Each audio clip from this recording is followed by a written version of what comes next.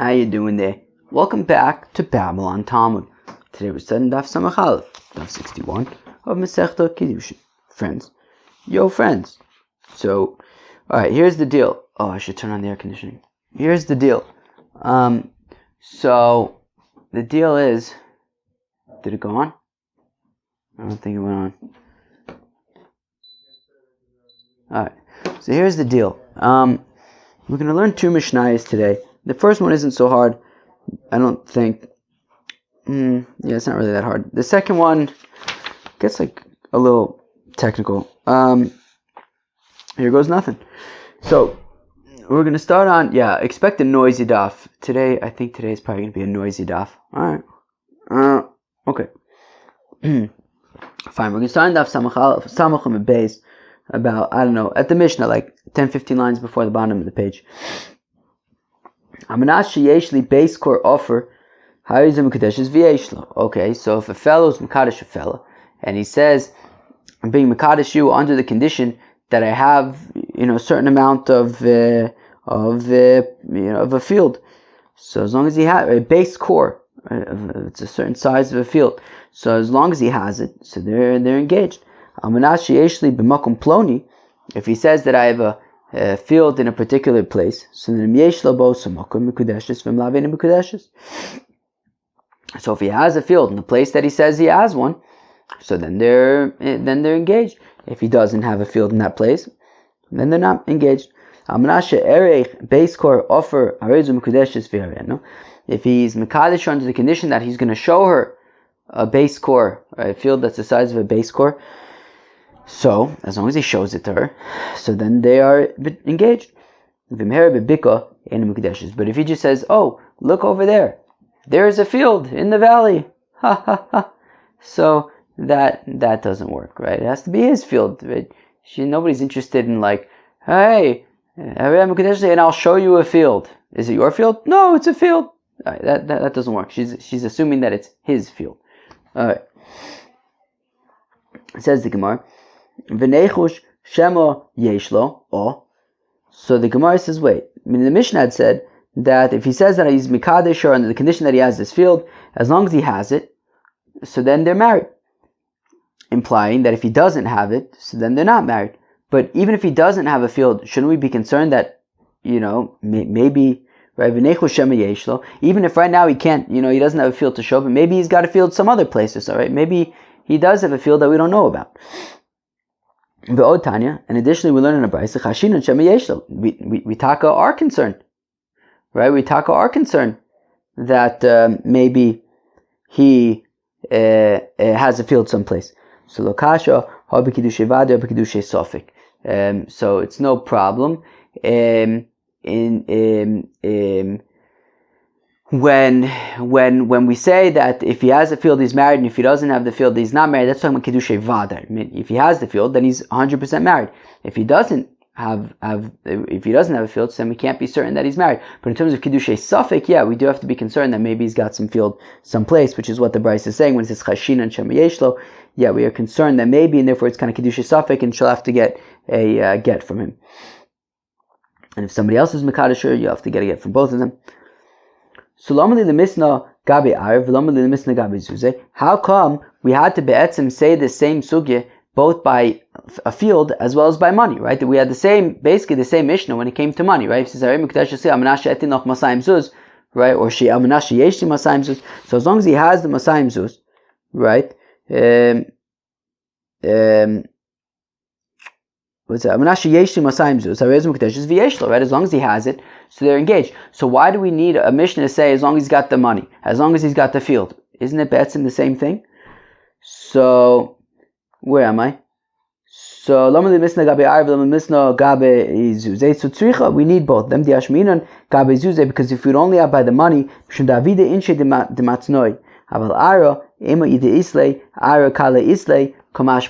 well, the thing is, if we say that if he has the money then they're married, if he doesn't have the money then they're not married, so maybe that's only by No, I'm sorry. When we say that, right, if he has the money, then they're mad. If he doesn't have the money, so then we have to be concerned that maybe he's got the money someplace. okay, that's by money, which is like it's a less public thing. Meaning, if he owned real estate, people would know, who owns that land? That's it, So therefore, if he doesn't have land, we can assume, I may have thought that if he doesn't have land, we can assume that he literally doesn't have the land, because if he did, people would know, everybody knows who owns what, right? So, maybe I would have thought if he doesn't have land, he mamish doesn't have land. No, kamash malon, that even by land, besafik, we have to be concerned that maybe he has some land someplace. Fine. So if he says that you are betrothed to me under the condition that I have property in a certain place, so as long as he has property in that certain place, they're married. If he doesn't have property in that place, then they're not married. Pshita isn't that obvious? So if he says he's got property in a place and he doesn't, so of course they're not married.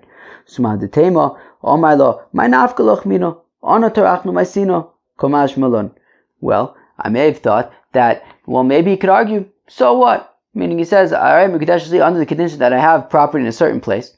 Turns out he doesn't. He's got property in a different place. So I might think that maybe he could say, you know what? So what? I'm the one working the field. I'm the one who's going to be schlepping the produce back home. Who cares where the field is? What matters is that I'm going to take it home. I'm going to take home the produce. So I might think that it actually isn't that big of a deal. It isn't that big of a deal. So Kamash Malon, that it is a big deal. That if he says that he has a property in a certain place and he doesn't have a property in that place, so then they are not mikudeshes. She's not mikudeshes.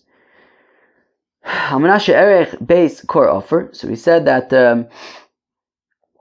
if he says that I'm betrothing you under the condition that I show you a base core of offer, so Tana lo niskabna zo ela liros mishalod, that she's only interested to see that it's his, right? As we said, if he then points to a field in a valley and says, "Oh, you see, I showed you a field," haha. So that doesn't work, right? Because meaning she wants to know, he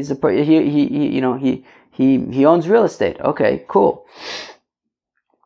She's not just interested in seeing some random stranger's field. That's not interesting. And okay, so we said that if he shows it to her in a valley, it's irrelevant. So pshita onitzcha dinokit b'distura. So isn't it obvious that if it's not his, then she's not betrothed? Well, the chiddush is that dinokit b'distura, even if he's a sharecropper on that land, so he does have some shaykhs to the land, and it is able to generate some kind of income. But still, if he doesn't own it, we're not interested. Now, gabi hektish tanan. In the context of hektish, if a fellow is makdish a certain field and we have to evaluate how much is it worth, so we have a Mishnah by hektish, hamakdish sadeu b'shasa yovel. So a fellow who's makdish a field during a time that there is yovel. Nowadays there's no yovel, but if it's during a time that there is yovel, so when there's yovel, there's a fixed price for a field, right? As we're about to see, it's nosim bezerah chomer sorim 50 shekel, that for the amount of land that you could plant a chomer of barley, 50 shekels for each amount of land that could fit a chomer of barley seeds. So that's a fixed price. Now, hayunukoyim amukim asaret tvachim. Now, if there were cracks in the land that were 10 tvachim deep, or there were rocks that were 10 tvachim tall, they are not considered part of the property, and we do not evaluate it when figuring out if this is a property that can handle zerah chomer sorim. However, if the crack is less than 10 tvachim, or the rocks are less than 10 tvachim, nibdadin ima, so then they are included in the evaluation. We ask, lo kidshu, nikodshu by pinafshayu. But effectively, Gemara, okay, granted that these cracks and these rocks are not going to be evaluated as part of the land, but shouldn't they be evaluated in their own right, separately? And if you're going to say, yeah, but we're not interested in anything less than a base core, and these cracks and these rocks are not big enough for us to care about their value. But Viraminu, we have a kasha. Sode, right? The pasuk says ve'im misdeach, who's also yakdish ish laHashem. So matam lomar. How come it says the word misdei? Right? Could you say ve'im achuzaso? What's mistake?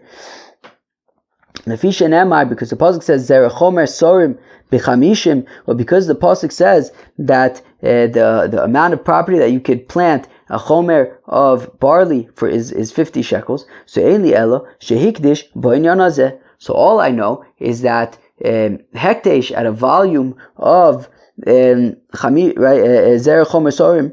So only that is shaykh to be hektish. Minayin l'rabos lesech. How do I know about half a kor, v'chatzi lesech, and half of that? Sa'a tarkav, a sa'a, or half a sa'a, v'chatzi tarkav, or half of that, v'afilu rova, or even a quarter of a tarkav. Minayin. How do we know even these smaller amounts?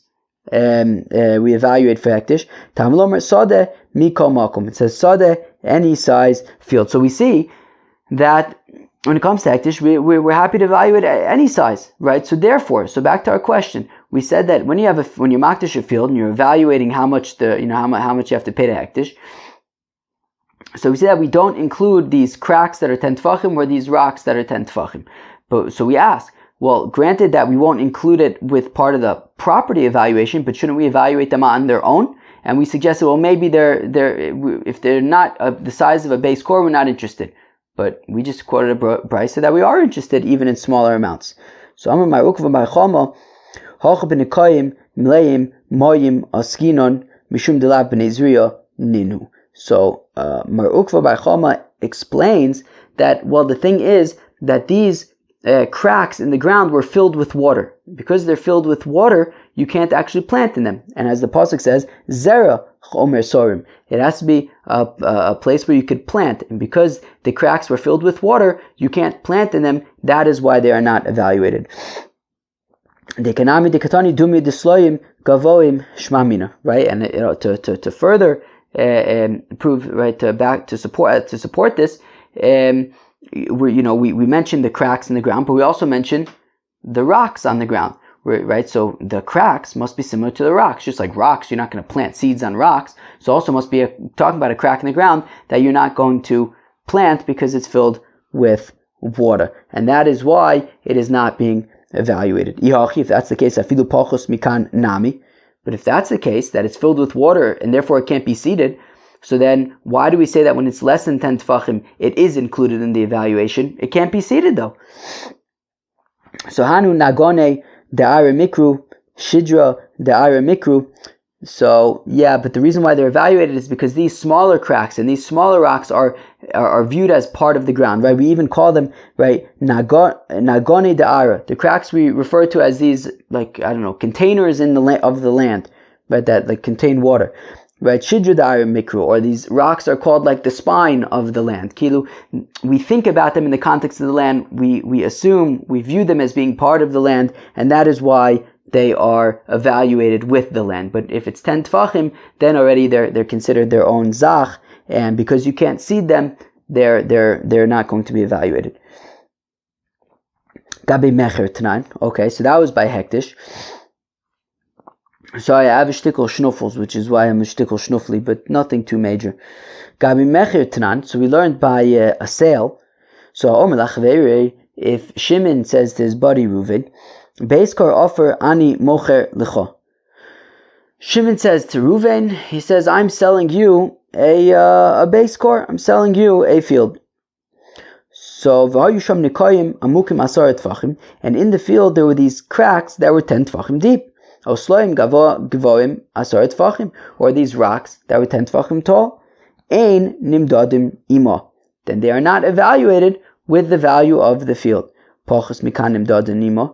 And if it's less than 10 tefachim of the crack or the rocks, so then they are measured with the field. From Mar Ukva, and says Mar Ukva bar Chama, afal pishe ein meleim moyim. And says Mar Ukva bar Chama that even if they are not filled with water, they are excluded, right? Meaning, we had said by hektish that davka, so when you have cracks in the ground that are 10 tefachim deep, so by hektish, we said that they're not evaluated. That's because they're filled with water and therefore you can't plant in them and therefore they're irrelevant.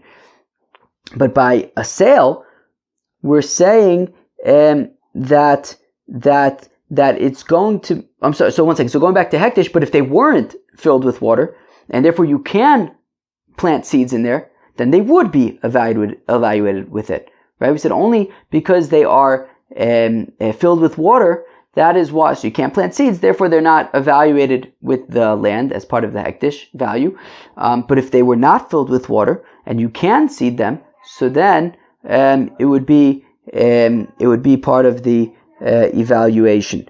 But we're saying that when it comes to a sale, that if Shimon is selling his field to Reuven, and there are these cracks in the ground that are 10 tefachim, they're excluded even if they are not filled with water, and even if Reuven could potentially plant seeds in these cracks.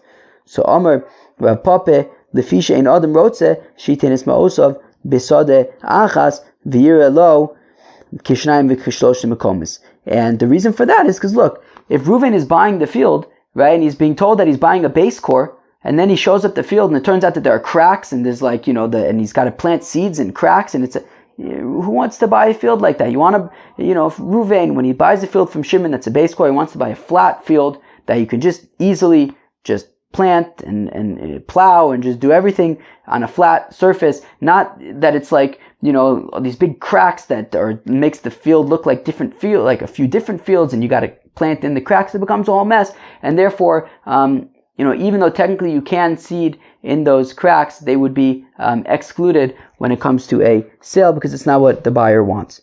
Now, hacha mai. When it comes to Kiddushin, what's the halacha, right? So if a fellow says that he's right, what did Rashi? Amanashi yeshli base core offer, right? A fellow is mekadesh a fellow under the condition that he has a base core offer, and if there are these cracks that don't have any water in there, and you could potentially plant seeds, would they be considered part of the measurement of the base core or not? Right. So do we say lehektish b'namin la? Do we say that we compare it to hektish, and the cracks would be considered part of the evaluation as long as there's no water in them?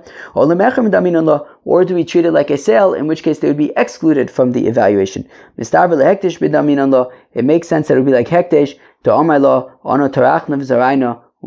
Because he'll argue, look, he says, I want to be Mekadesh. I have this field that's a base core. Granted, yes, where there are cracks in there and it's harder to seed, but I'm the one seeding it anyways, right? I want to marry you. I'm saying that I have this base core.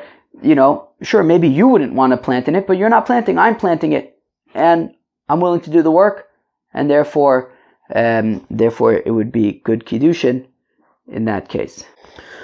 Okay, now we get to a new Mishnah. Now we've seen the concept of this new Mishnah before, but I don't think we've ever really gone into quite the amount of detail that we're going into now. And I'll tell you,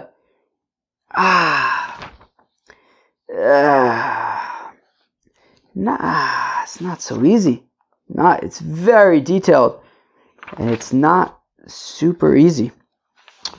Okay, we're gonna try to get to like Samach Beis Amud Aleph at the Mishnah, the next Mishnah. We're just gonna try to. I don't want to have to pick up tomorrow in the middle of this. We're gonna get to Samach Beis, hopefully Amud Aleph, the next Mishnah. So we got about half an hour to do on Samach Beis Amud Aleph. We're now on Samach Aleph Amud Aleph, so we got a bunch to do right now. Hopefully it'll go okay.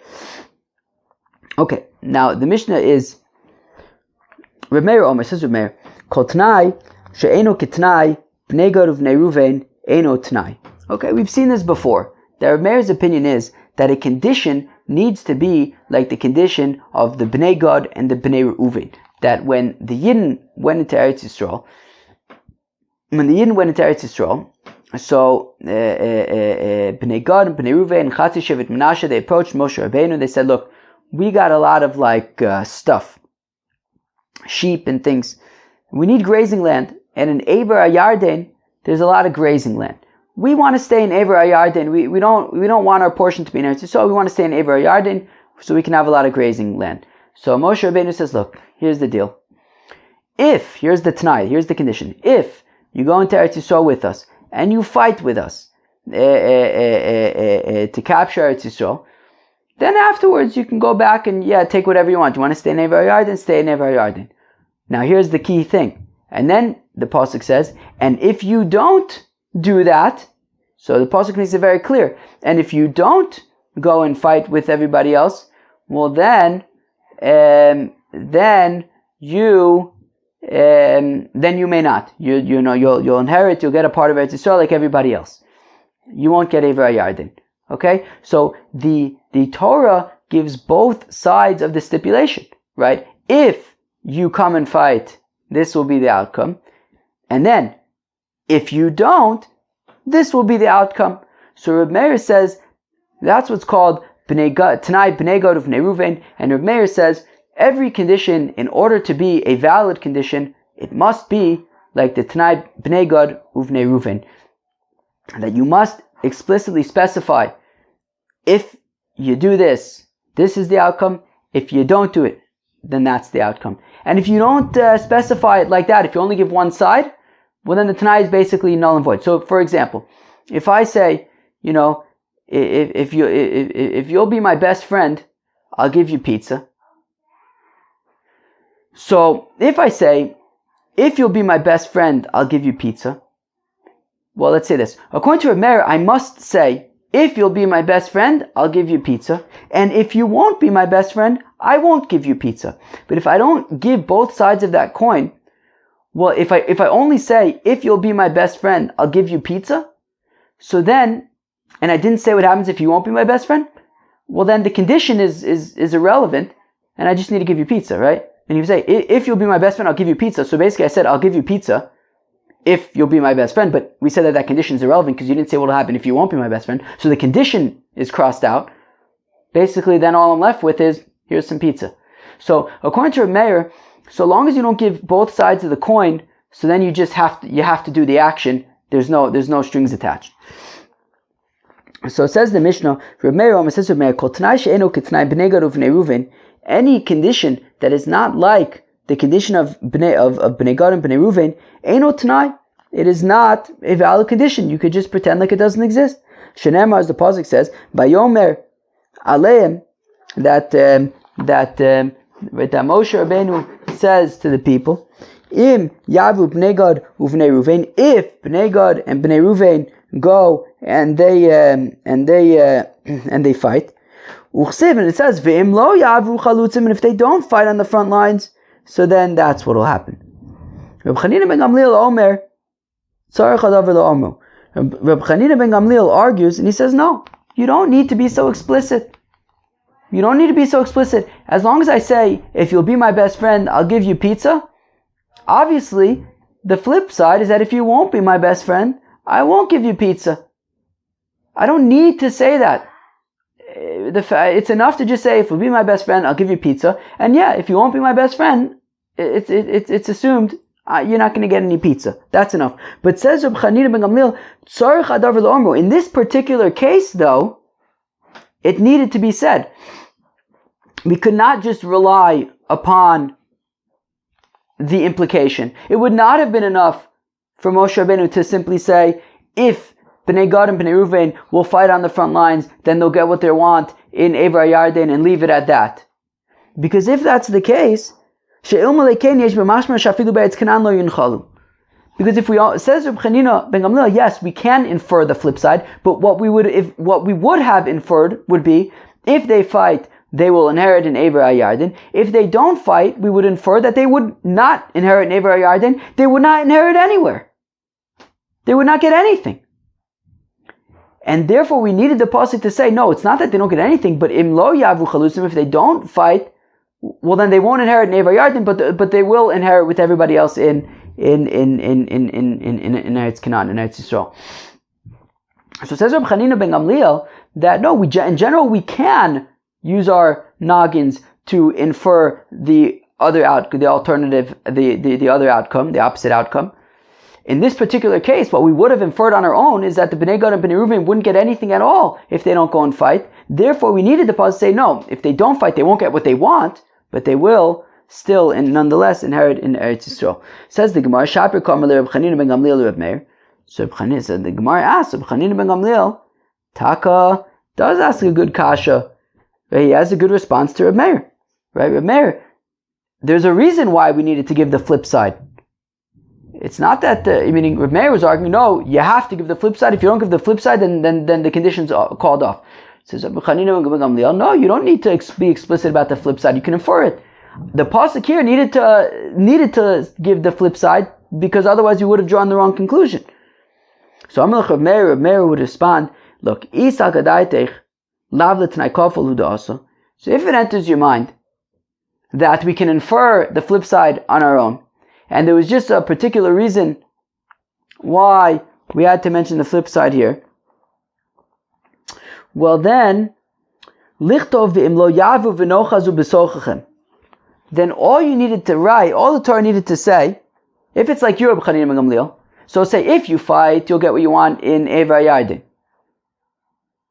Implying that if you don't fight, you won't get anything. And Reb Chanina ben Gamliel, you're saying, what's that noise? And Reb Chanina ben Gamliel, you're saying that, well, yeah, we need to say that, no, it's not that you won't get anything, you'll still inherit in Eretz Yisrael. Well, then, it would be enough to say, V'nochazu b'sochachem, they will, that you'll inherit among you. Be'eretz Canaan, lomali, why do I need to say specifically in Eretz Canaan? So Shmamina l'tnai kaful, it's to say that you will inherit in Eretz Canaan, and you won't get anything at all in Evar Yarden. Because otherwise, without the flip side, says Rabbi Meir, that they would still, if they wouldn't have had the and if you don't go part, well then it wouldn't be a good Tanai, and they would still get the part in Evar Yarden. That's why I need to say Dafka in Eretz Canaan, to make it clear that no, you have to be specific, that you're not gonna get, you're not gonna inherit anything, you're not gonna get any land in Evar Yarden, you will be getting land in Eretz Canaan, because if it wouldn't have been explicit like that, then we would have assumed that they would get property in Evar Yarden, like the first side of the equation. So you need both sides according to Reb Meir. Reb Chanina ben Gamliel, Reb Chanina ben Gamliel would respond, Ilo kazav achmono be'eretz Canaan. No, I need Eretz Canaan, because if it didn't explicitly say Eretz Canaan, Hava Amina, meaning if all it says v'nochazu b'sochachem, and it didn't say Be'eretz Canaan, Hava Amina v'nochazu b'sochachem be'eretz Gilad. I would have thought that it means that you won't get all of Eretz Gilad, but you will divide up on Evar Yarden, it'll be divided up among all the tribes, and you'll get a portion with them as well, but you wouldn't get anything. Aval Eretz Canaan klalo, but you wouldn't get anything at all in Eretz Canaan, and therefore it says be'eretz Canaan to say that no, if you don't fight, you will divide up with everybody else. Basically, both Canaan and Evar Yarden will be divided among everybody, all the 12 tribes, equally. Reb Meir says, meh, you don't really need, I don't agree with that if it didn't say Be'eretz Canaan, so then I would think they wouldn't get anything in Eretz Canaan. No, when it says Besochachem, then it would imply everywhere, whether it's Evar Yarden, whether it's Eretz Canaan. Eretz Canaan is superfluous, and the point is to say that you will only get in Eretz Canaan, you won't get in Ever Hayarden. And if we wouldn't have been explicit like that, then we would have assumed that they would get in Ever Yarden, because if you don't have both sides of the equation spelled out, then you assume that they would get it. Tanya, we're learning about. So Reb Chanina ben Gamliel, Reb Chanina ben Gamliel, mashal lamad over domer. Now Reb Chanina ben Gamliel gives a mashal for how he learns these things out.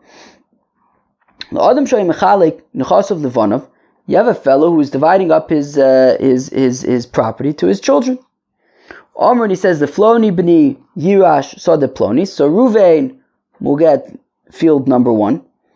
Ufloni b'ni Yirash Sode Plonis.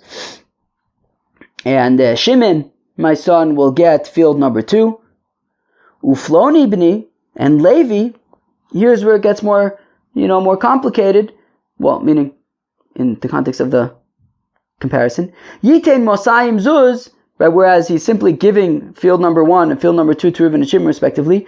Levi needs to do something, right? Just like Bnei Gad and Bnei Reuven need to fight in order to get what they want. So Levi needs to Yitain Mosayim Zuz, he needs to give 200 Zuz.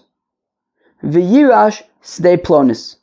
And by doing so, then he'll be able to get field number 3. implying, and now the way that Reb Chanina ben Gamliel learns it, which is that, okay, and you can imply, right, from the fact that it says that if he gives 200 zuz, he'll get field number 3, implying that if he doesn't give 200 zuz, he won't get anything at all.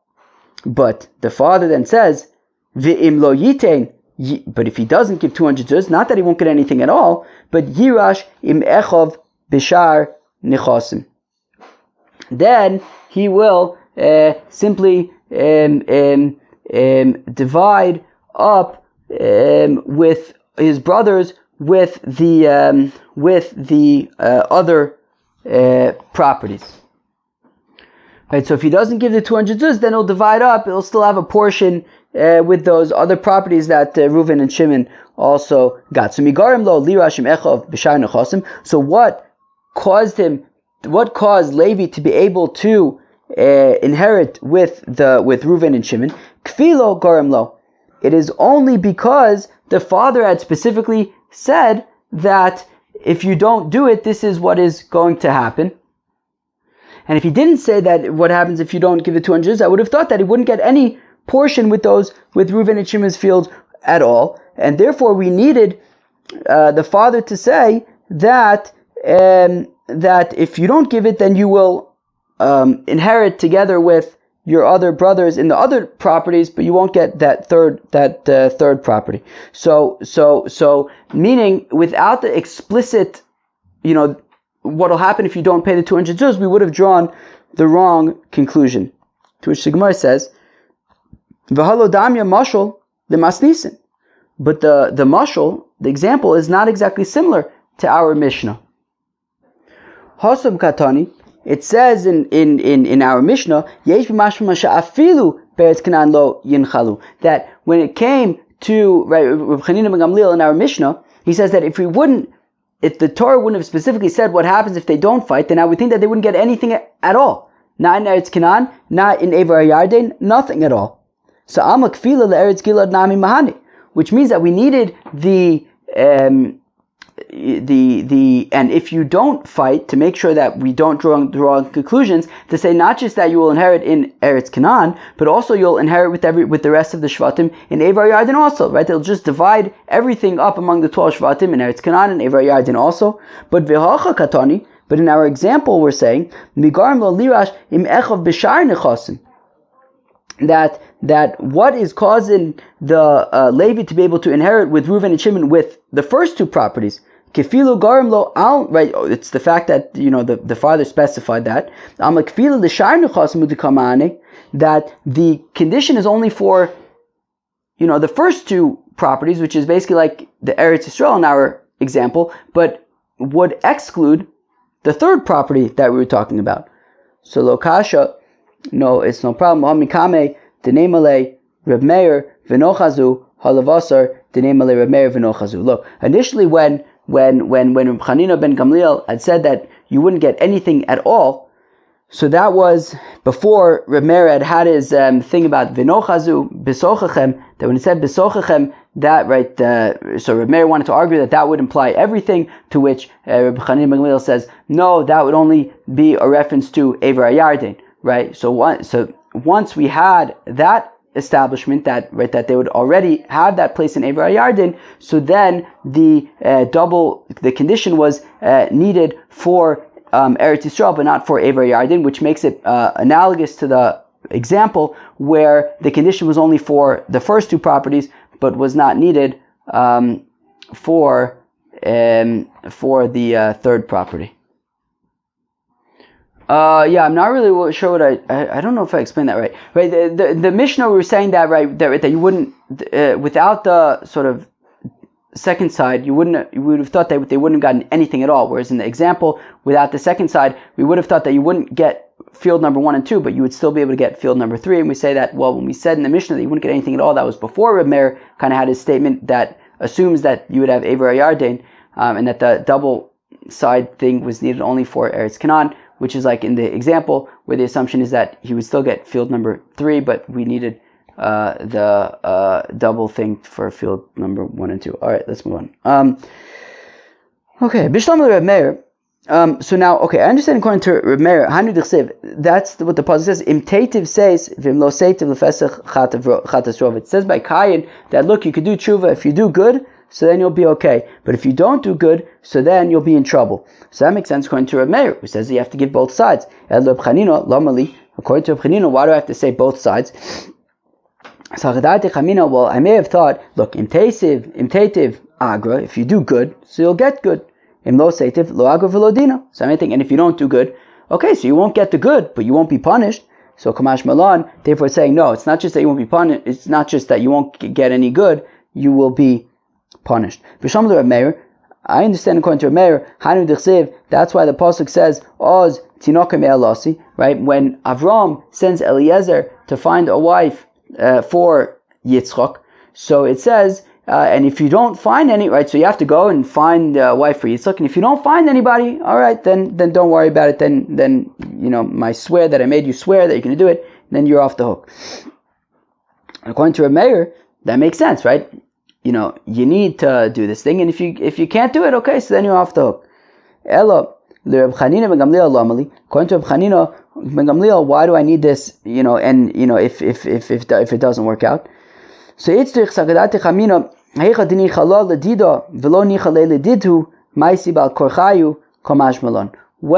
the thing is, if you look at the pasuk, what does the pasuk says? Where am I? No. Right,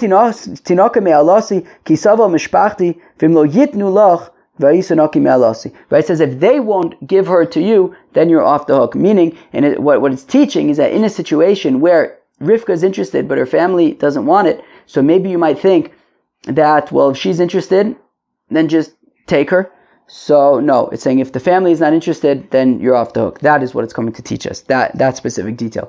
Okay, and why do we need the pasuk to say if Rivka doesn't want to come? Well, if the family is okay with it, but Rivka doesn't want it, I might think that we'll just bring her against her will. No. If Rivka doesn't want it, leave her alone. Okay, so if Rivka wants it but the family doesn't want it, or if the family wants it but Rivka doesn't want it, either way, leave her alone. Don't take her. So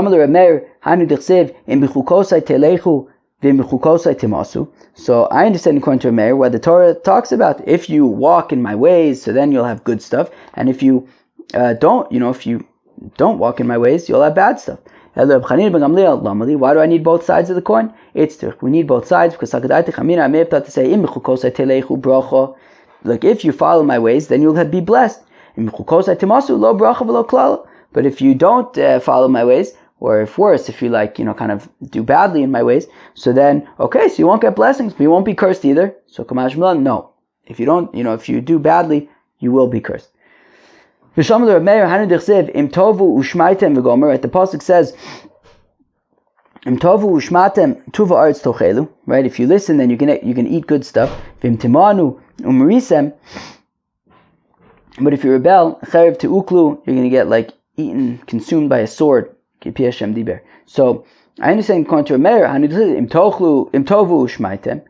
Vim timanu umarisem v'gomer. We give both sides of the coin. If you do good, you'll have good stuff. If you do bad, you'll have bad stuff. Why do I need both sides of the coin? According to Reb Chanina ben Gamliel, I need it because I may have thought to say im tovu tova vim timanu lo tova v'lo ra. Look, if you do good stuff, then you'll be blessed, but you'll have good stuff. And if you do bad stuff, so then okay, you won't get the good stuff, but it won't be bad either. So Kamash Munda, no, it will be bad.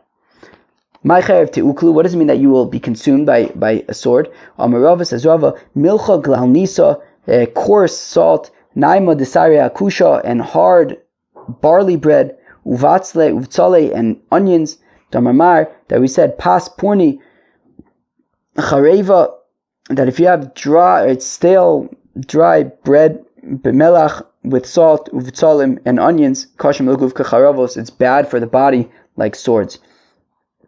I understand according to Reb Chanina ben Gamliel, Hani dichsev, im lo shachav ish osach, vim lo sotis tuma tachas isheich hinaki.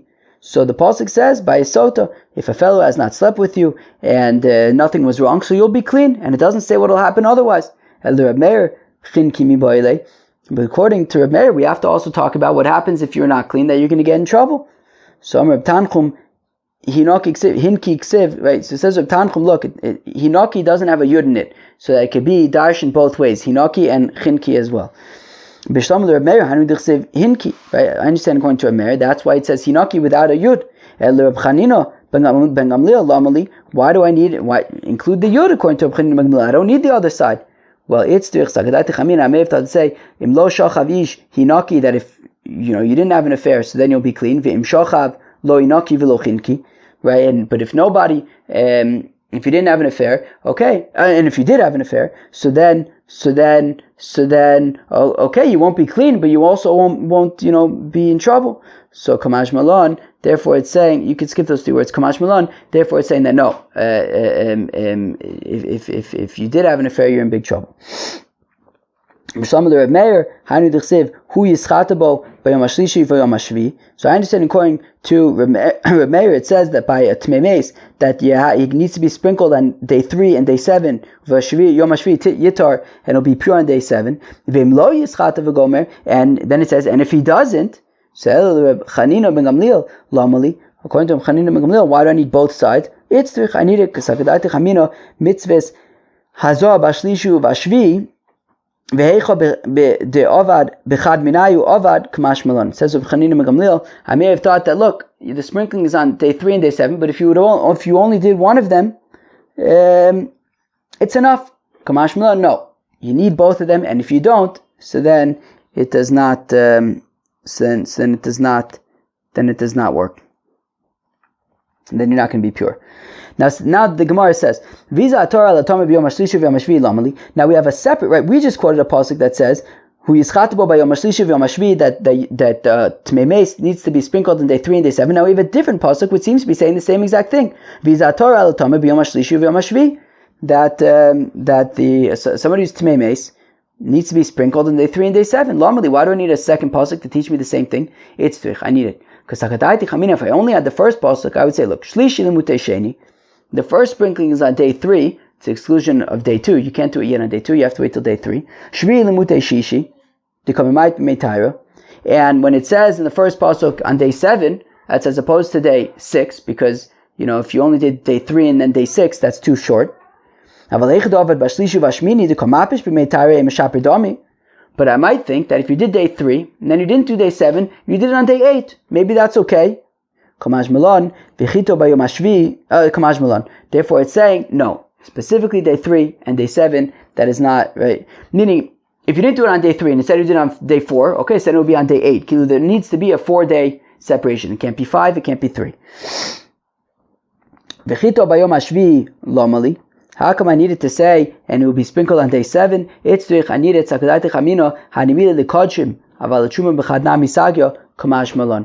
I may have thought that that only for korbanos you need day 3 and day 7, but maybe for truma just day 3 would be enough. No, kamash malon. Then no, you need day 3 and day 7 for truma, for kodshim as well as for truma. Friends, that was the Samach Aleph Masechta Kiddushin. Okay, the first Mishnah that we learned today was talking about if he says he's got a field, he has to actually have the field. Then we got to this concept that we've seen before about any Tanai that Reb Meir's opinion is that a condition needs to be like Bnei Gad, Bnei Reuven. You have to give both sides of it. Chanina ben Gamliel argued and said, no, one side is enough, you can infer the other side. And that basically got pretty technical at one point. And then, that basically took us to the end of the daf. That was daf Samach Aleph, Masechta Kiddushin. Hope you enjoyed. Peace out.